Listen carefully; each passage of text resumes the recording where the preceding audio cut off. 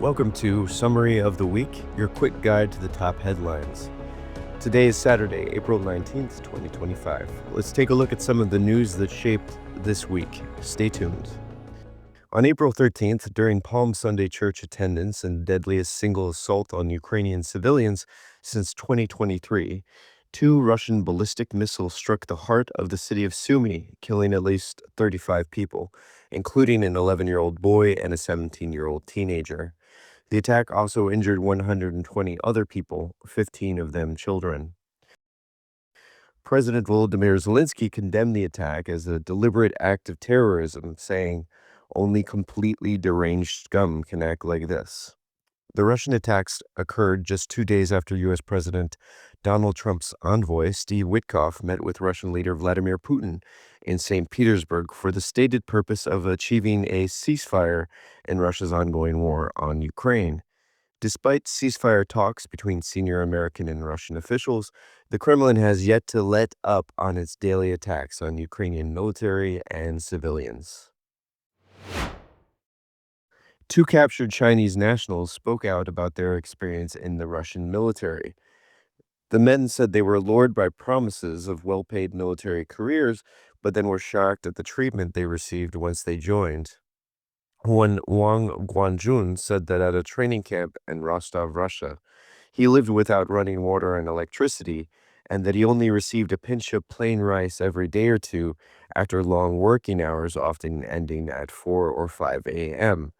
Meanwhile, there was no way to run away from camp because going to the bathroom in the middle of the night, you would be followed by a soldier carrying a loaded rifle. Quote, in Rostov, there was an incident where a foreigner committed suicide in the middle of the night. The actual reason, specifically, we don't know. According to Guanjun, the Russians also discouraged surrendering, claiming that to do so would lead to dying horribly. All Russia fed us were lies, Guanjun said. This week, Ukraine's military said it had struck back at the Russian unit responsible for Sunday's missile strike on Sumy.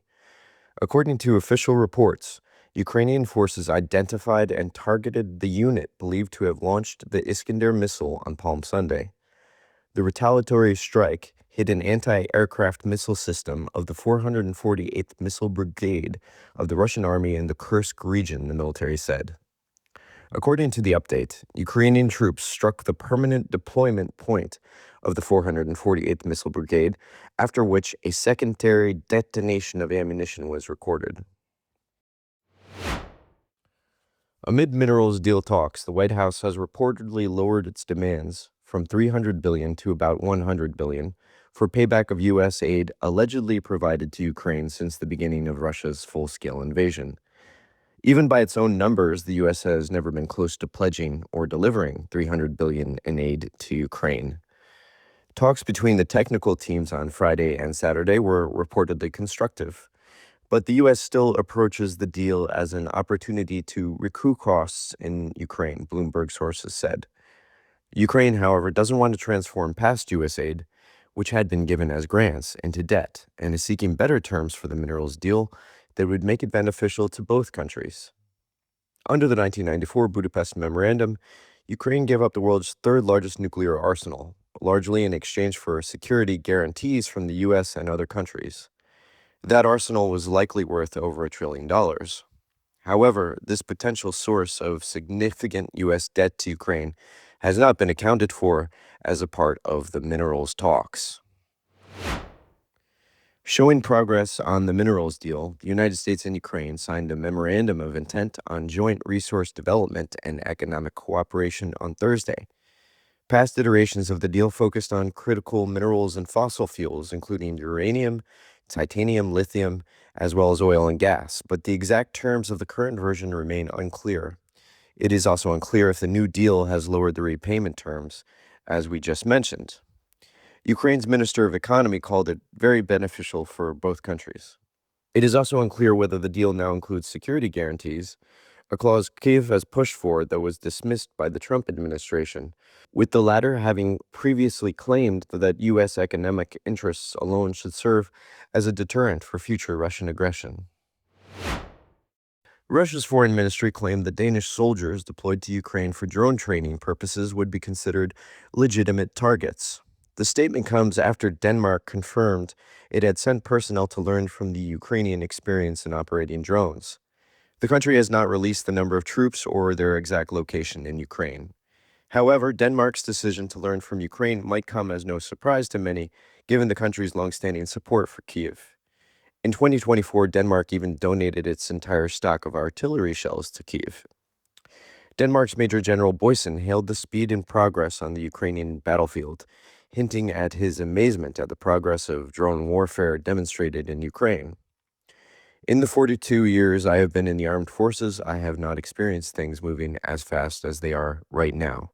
Speed is a mindset.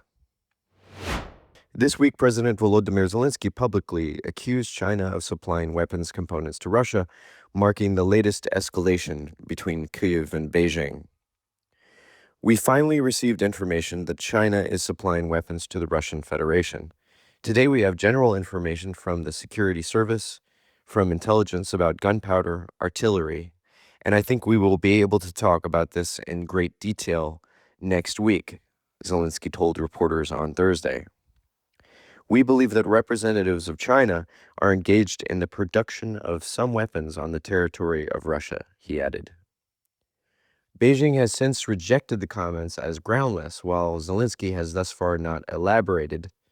The claim marks a shift in Kyiv's approach to its relationship with China, going from friendly to more antagonistic, this amid the tariffs war between Trump and Beijing.